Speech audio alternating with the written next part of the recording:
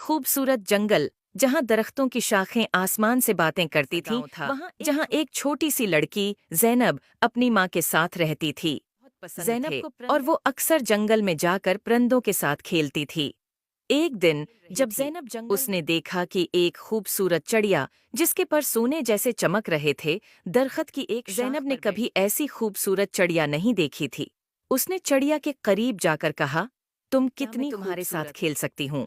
चिड़िया ने जैनब की तरफ देखा और बोला, मैं एक सोने की चिड़िया हूँ और मेरी कहानी बहुत अजीब व गरीब है। क्या तुम मेरी जैनब ने कहा। हाँ बिल्कुल, चिड़िया ने कहा। बहुत साल पहले मैं एक आम चिड़िया थी, लेकिन मुझे सोने की चिड़िया बना दिया ताकि मैं लोगों की मदद कर सकूं।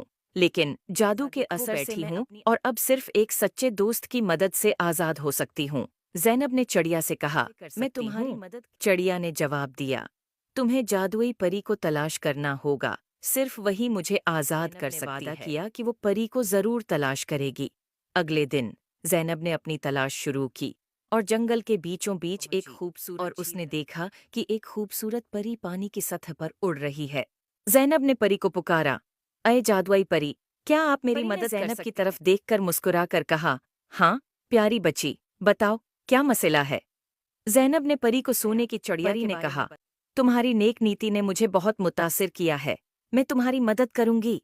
परी ने अपनी जादुई छुरी से झील के पानी को छुआ और एक रोशनी का गोल दायरा बनाया। उसने जैनब से कहा, उस चिड़िया के पास ले चलो। जैनब और परी दोनों चिड़िया के पास पहुंचे। परी ने चिड़िया की तरफ देखा और कहा, तुम्हें आजाद करने का वक्त आ गया। परी ने अपनी छुरी से चिड़िया के ऊपर जादू किया और चिड़िया की पुराने जादू से आजाद हो गई।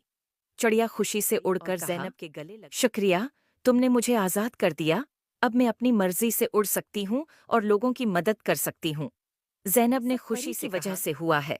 परी ने जैनब की तरफ देखा और कहा, तुमने अपनी नेक नियति से चिड़िया की मदद की है, इसलिए मैं तुम्हें ये एक जादुई पता है जो जब भी तुम्हारे पास होगा तुम्हें खुशी और सुकून मिलेगा। उम्मीद है आपको